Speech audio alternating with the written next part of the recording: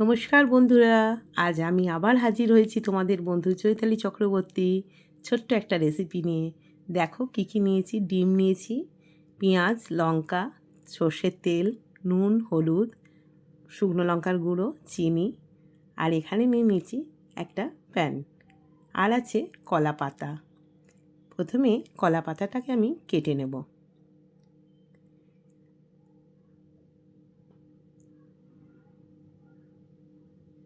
কেটে নিয়েছি, আরও এক পিস করে নেব, মানে মাঝখানের যে বিটটা আছে ওটা বাদ দিয়ে দেবো। এরপর কলা পাতাগুলোকে সেঁকে নেব, যেরকম করে রুটি সেঁকা হয় ঠিক ওইভাবেই সেঁকে নেব। এবারে একটা পাত্র নিয়ে নিলাম, তার মধ্যে মাছের ডিমটা ঢাললাম,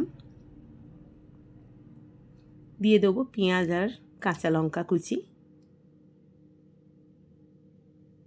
হলুদ, নুন, লঙ্কা গুঁড়ো, চিনি আর সর্ষের তেল বেশ খানিকটা দিয়ে ভালো করে মাখিয়ে নেব।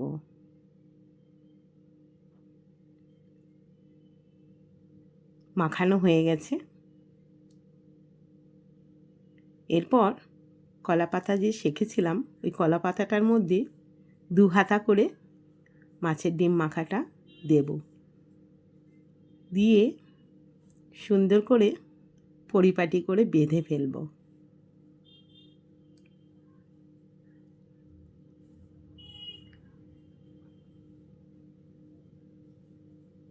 অনেক সময় কি হয়, এরকম করে বাঁধতে গেলে কলা পাতা ছিঁড়ে যায়, এই জন্যেই কলা পাতাটাকে আমি সেঁকে নিয়েছি যাতে না কলা পাতা ছেড়ে। এবারে বেঁধে ফেলব।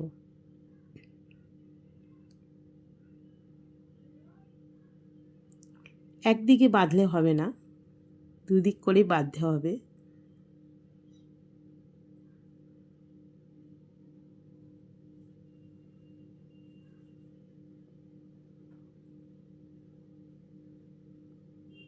শুধু সুতো দিয়েও বাঁধা যায়, তো আমার কাছে ওই মুহূর্তে সুতো ছিল না বলে আমি এরকম দড়ি দিয়ে বাঁধলাম। এরপরে ফ্রাইং প্যানটার মধ্যে তেল মাখিয়ে নেব একটা ব্রাশ দিয়ে, আর এটা বসিয়ে দেব। এরমভাবেই 3টে আমি করে ফেলেছি। তার উপরে একটা কলা পাতা দিয়ে ঢাকা দিয়ে দেবো। এরপর চাপা দিয়ে গ্যাসটা জ্বেলে নেব, বসিয়ে দেবো অল্প আঁচে একদম। গ্যাসটা কিন্তু অল্প করে দেবো, একদম আঁচটা মানে ধিমি আঁচে পাকানো হবে এটা। দেখি এক পিঠটা হয়েছে নাকি, তাহলে উল্টে দেবো। হ্যাঁ, এক পিঠ হয়ে গেছে। এবারে উল্টে দিচ্ছি। 3টেকে একইভাবে উল্টে নেব, নিয়ে আবারও চাপা দিয়ে ওই পিঠটা হতে একটু সময় লাগবে, তো ওই সময়টুকু চাপা দিয়ে রেখে দেবো। এবার দেখব হয়েছে কি না।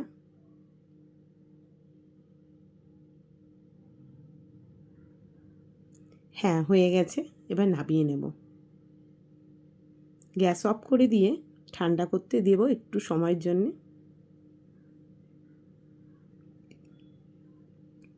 ঠান্ডা হয়েই গেছে, তো আমি চাপাটা খুলে এবারে দড়িগুলো কাটবো।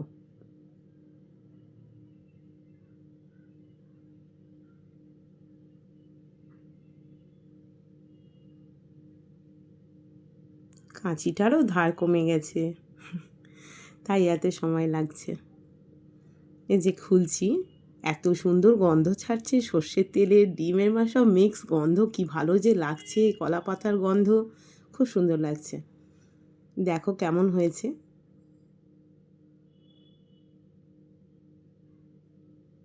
আমি এবারে গরম ভাতে মেয়েকে দেবো খেতে।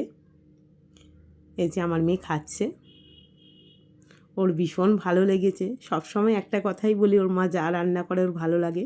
তোমাদেরও যদি ভালো লেগে থাকে তাহলে একটা লাইক কমেন্ট করো, আর ঘরে একবার বানিয়ে দেখো। আবারও আসবো অন্য একটি ভিডিওর সঙ্গে। সকলে ভালো থেকো।